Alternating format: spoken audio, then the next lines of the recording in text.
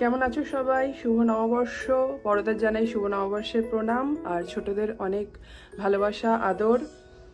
আজকে সকাল সকাল স্নান ধান সেরে নিয়েছি, নববর্ষে স্নান পুজো সেরে নিয়ে তারপরে এখন রান্নাঘরে ঢুকবো। তো পুজোটা দিয়ে আসি, তারপরে আজকে মাটন আর বাসন্তী পোলাও করবো ভেবেছি, কিন্তু আমি নিজে খাবো না, ওই রূপম আর রিজু ওদের জন্য। রিজুও খেতে খুব ভালোবাসে মাটন আর বাসন্তী পোলাও, তাই করা তো হয় না, খুব রেয়ার, তাই জন্য আজকে ভাবলাম ঠিক আছে আজকে করি ওদের জন্য। আর এখানে বসেছি, এই যে পেছনের এটাই তিন দিন ধরে না 4 দিন ধরে এটা বানালাম, যেটা ভিডিওটা তোমাদের সাথে শেয়ার করেছি। ওটাই কালকে রাত্রে এগুলোকে লাগিয়েছি। রিদ্ধি এসে অ্যাটাক করেছিল, প্রথমে এটাকে আমি নিচে লাগিয়েছিলাম, এসে অ্যাটাক করতে গেছিলো, তারপর ওটাকে উপরে তুলে দিয়েছি, যদিও এই কুলোটার উপরে যখন তখন হামলা করতে পারে। তো যাই হোক, এখানে একটুখানি ফটো তুলবো, তাই জন্যই এটাকে এরকম লাগানো। আর আজকে আমাদের সেরকম কিছু প্ল্যান নেই খাওয়া দাওয়া ছাড়া। বিকেলে রিজুর এক বন্ধুর সাথে দেখা করতে যাওয়ার কথা, যদিও ও এখানকার, মানে ও বাঙালি না। আর আমাদের বাঙালিদের একটা পয়লা বৈশাখ যেটা পার্টিটা, সেটা হবে নেক্সট স্যাটারডে, নেক্সট শনিবার হবে, আমাদের এই ফোর সিজনসের হলেই হবে। তো যাই, এখন রান্নাঘরে ঢুকি পুজোটা দিয়ে নিয়ে। চলো।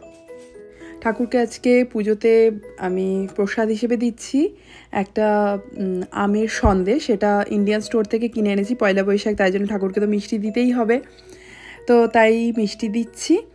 আর এখন না আমার এই তাকটা এটা নতুন নিয়েছি, এটা এখন ঋদ্ধির নাগালে চলে এসছে ঠাকুর, এটা একটা প্রবলেম হয়ে গেছে, এটাকে চেঞ্জ করতে হবে, আমাকে কিছু উপরে তুলতে হবে। আর দইগুলো সকালে উঠে আগে ওভেনে এসে দেখছি দইগুলোর কি অবস্থা। তো এই দেখো ফেনা ফেনা যেটা বলেছিলাম দোকানের মতো, ওই যে ফেনা ফেনা মতোটা হয়েছে, কিন্তু না এখনও একটু থকথকে ব্যাপারটা একটু নরম নরম আছে মনে হচ্ছে দেখে। তো এই অল্প কিছুক্ষণ আর একটু ওভেনে হিট দিয়ে রেখে দিলেই এটা মনে হচ্ছে বসে যাবে, কিন্তু বেশিক্ষণ না, সামান্য একটু টাইম রাখলেই হয়ে যাবে। আর মাটনটা কালকে নিয়ে এসে আমি রাত্রেবেলাতে এটা ম্যারিনেট করে রেখে দিয়েছিলাম। আর এখানে কড়াইতে তেল নিয়ে নিয়েছি, সর্ষের তেল অবশ্যই। এবার এর মধ্যে দিয়ে দেবো আমি সব গোটা গরম মশলা, তেজপাতা, শুকনো লঙ্কা, এলাচ, ছোটো এলাচ, বড় এলাচ, লবঙ্গ, দারচিনি, সব কিছু যা যা গোটা গরম মশলা হয়।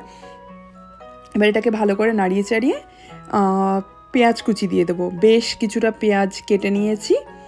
এবার এই পেঁয়াজ কুচিগুলো সব দিয়ে অল্প করে লবণ দিয়ে ঢেকে ঢেকে এটাকে রান্না করব। পেঁয়াজটাকে কালচে কালার মানে যতক্ষণ না আসবে সেই কালচে কালারটা, ততক্ষণ পর্যন্ত। এই যে কালচে কালার হয়ে গেছে, ঢেকে ঢেকে রান্না করে বেশিক্ষণ টাইম লাগে না, লবণ অল্প দিয়ে দিলে তাড়াতাড়ি মজে যায়। এবারের মধ্যে দিয়ে দিলাম আদা, রসুন আর লঙ্কা বাটা, সেটাও আমি বাড়িতে করেই রেখে দেই, এটা দিয়ে দিলাম। এটা দিয়ে আবার 5-10 মিনিট কষিয়ে নেব ভালো মতো। এবার কষানো হয়ে গেছে এটাকে, এবার এর মধ্যে দিচ্ছি আমি এটা জিরে গুঁড়ো, ধনে গুঁড়ো আর লঙ্কা গুঁড়ো, এটাকে একটা জল দিয়ে একটা পেস্ট মতো করে নিয়েছি, সেটাকে দিয়ে দিচ্ছি। এবার এইটাকেও এই মশলার সাথে ভালো মতো আবার 5-10 মিনিট কষিয়ে নেব। এবার এটা কষানো মোটামুটি হয়ে গেছে, এর মধ্যে এবার ঢেলে দেবো আমি মাটনটা, যেটা আমি ম্যারিনেট করে রেখেছি, সেই মাটনটা এবার এর মধ্যে ঢেলে দেবো। তো আমি মাটনটাকে কালকে রাতে ম্যারিনেট করেছিলাম, একটা গোটা পেঁয়াজ, টক দই, একটু টক দইতে লবণ আর একটু চিনি দিয়ে দিয়েছিলাম, আর এমনি লবণ তো আলাদা করে, মানে মাংসের হিসেবে লবণ, হলুদ আর গরম মশলা গুঁড়ো, আর হচ্ছে 2 কোয়া রসুন, এটা ভালো মতো পেস্ট করে নিয়ে সেই পেস্টটা দিয়ে মাটনটাকে খুব ভালো মতো ম্যারিনেট করে সারা রাতের জন্য রেখে দিয়েছি। মিনিমাম 7-8 ঘন্টা ম্যারিনেট করে রাখলেই হয়, তো আমারটা আরও অনেকক্ষণই ম্যারিনেট করা ছিল। তো যাই হোক, এখন এটার সাথে ভালো মতো কষিয়ে নিই মাংসটাকে, তারপরে ঢেকে রেখে দেবো।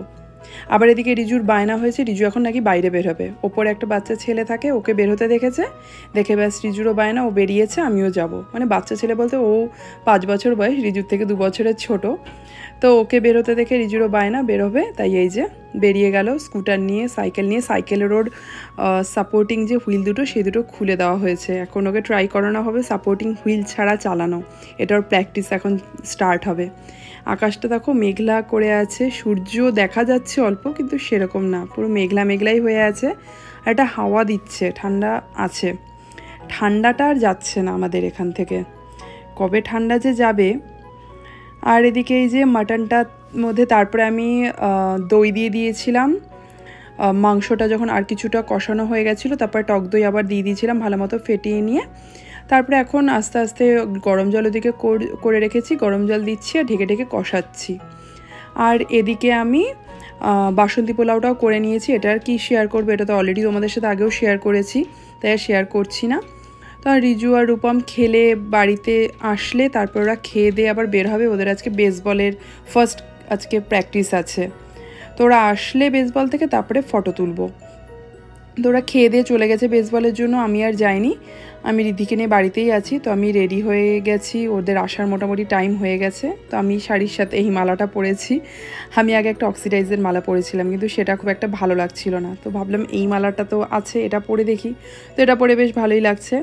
আর এই শাড়িটা আমি ফেসবুকের একটা লাইভ দেখে একজনের থেকে নিয়েছি, মানে তাকে আমি বলেছিলাম একটা শাড়ি বুনে দিতে, মানে তার বাড়িতে তাঁতিরা তাঁত বোনে আর কি। তো সেখানে এই জামদানিটা তার কাছ থেকে বানিয়ে নেওয়া। তো রিদ্ধিও এটা নতুন জামা পরেছে আজকে, এখন ওকে রেডি করাবো। রূপম আর রিজু এলে একবারে রিজু আর রিদ্ধি সব একসাথে রেডি করাবো, করিয়ে ফটো তুলবো। এই আর কি, এটাই হচ্ছে আজকের পয়লা বৈশাখের এই ফটো তোলা। আমি তখন আর কোনো ভিডিও করিনি, তাই ফটোগুলি তোমাদের সাথে একবারে শেয়ার করছি। এই কয়েকটা ফটো তুলেছি আমরা এখানে। এই রিদ্ধিকে কোনো রকমে দাঁড় করাতে পেরেছি, যে দাঁড়িয়ে একটু নমো করো। যাই হোক, ফটো তোলা হয়ে গেছে, এবার আবার আমরা নর্মাল আবার বেরিয়ে পড়ছি। যেটা বলেছিলাম যে রিজুর বন্ধুর সাথে দেখা করতে যাব, সেই ক্রিসমাসের সময় থেকে দেখা করার কথা, সেটা পোস্টপন্ড হতে হতে অ্যাট লাস্ট আমরা আজকে যাচ্ছি। তো চলো, ভিডিওটাও এখানেই শেষ করছি। তোমাদের কেমন লাগলো অবশ্যই জানিও, ভালো লাগলে লাইক করো, চ্যানেলটাকে সাবস্ক্রাইব করো। সবাই ভালো থেকো, সুস্থ থেকো।